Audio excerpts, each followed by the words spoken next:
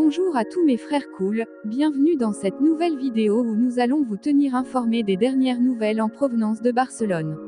Mais avant de commencer, n'oubliez pas de laisser un like, de vous abonner à la chaîne, et surtout d'activer la cloche de notification pour ne manquer aucune mise à jour sur le FC Barcelone.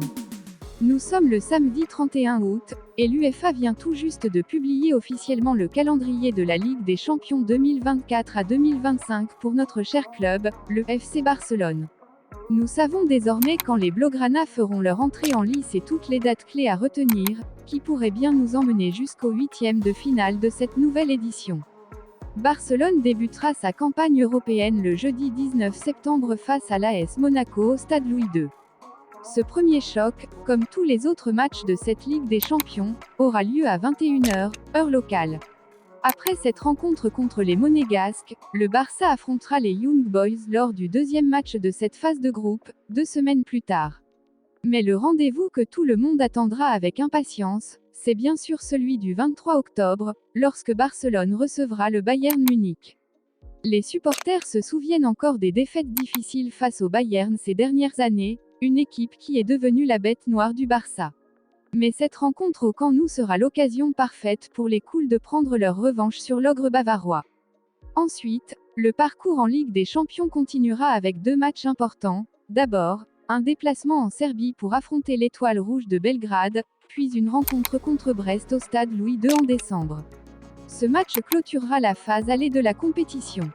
Mais attention, Barcelone ne pourra pas jouer ses matchs à domicile au Camp Nou pendant cette phase de groupe, car l'UEFA a interdit l'utilisation du nouveau stade jusqu'au huitième de finale. Ce sera donc un véritable test pour les Blaugrana, qui devront s'adapter à un terrain neutre pour la première moitié de cette campagne. Les rencontres les plus cruciales auront lieu en novembre et janvier. Le 12 novembre, Barcelone se déplacera en Allemagne pour affronter le Borussia Dortmund dans un duel qui s'annonce déjà explosif. N'oublions pas que le Borussia est le finaliste de la dernière édition de la Ligue des Champions et qu'ils seront un adversaire redoutable sur leur pelouse, le Signal Iduna Park. Pour terminer cette phase de groupe, le Barça affrontera Benfica le 21 janvier avant de conclure le 29 janvier face à l'Atalanta, un match qui pourrait être décisif pour la qualification au huitième de finale. Il est important de rappeler que si Barcelone parvient à se classer parmi les 8 premiers des 36 équipes participantes, les Blaugrana auront l'opportunité de revenir jouer au Camp Nou dès les huitièmes de finale. Sinon, ils devront passer par les séries éliminatoires avant de retrouver le chemin du nouveau stade.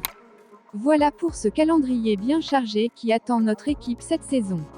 Barcelone a de grands défis devant lui, mais avec le soutien de ses supporters, nous croyons fermement que tout est possible. Avant de vous quitter, n'oubliez pas de laisser un petit pouce bleu, de vous abonner si ce n'est pas encore fait, et de partager cette vidéo avec tous vos amis fans de foot.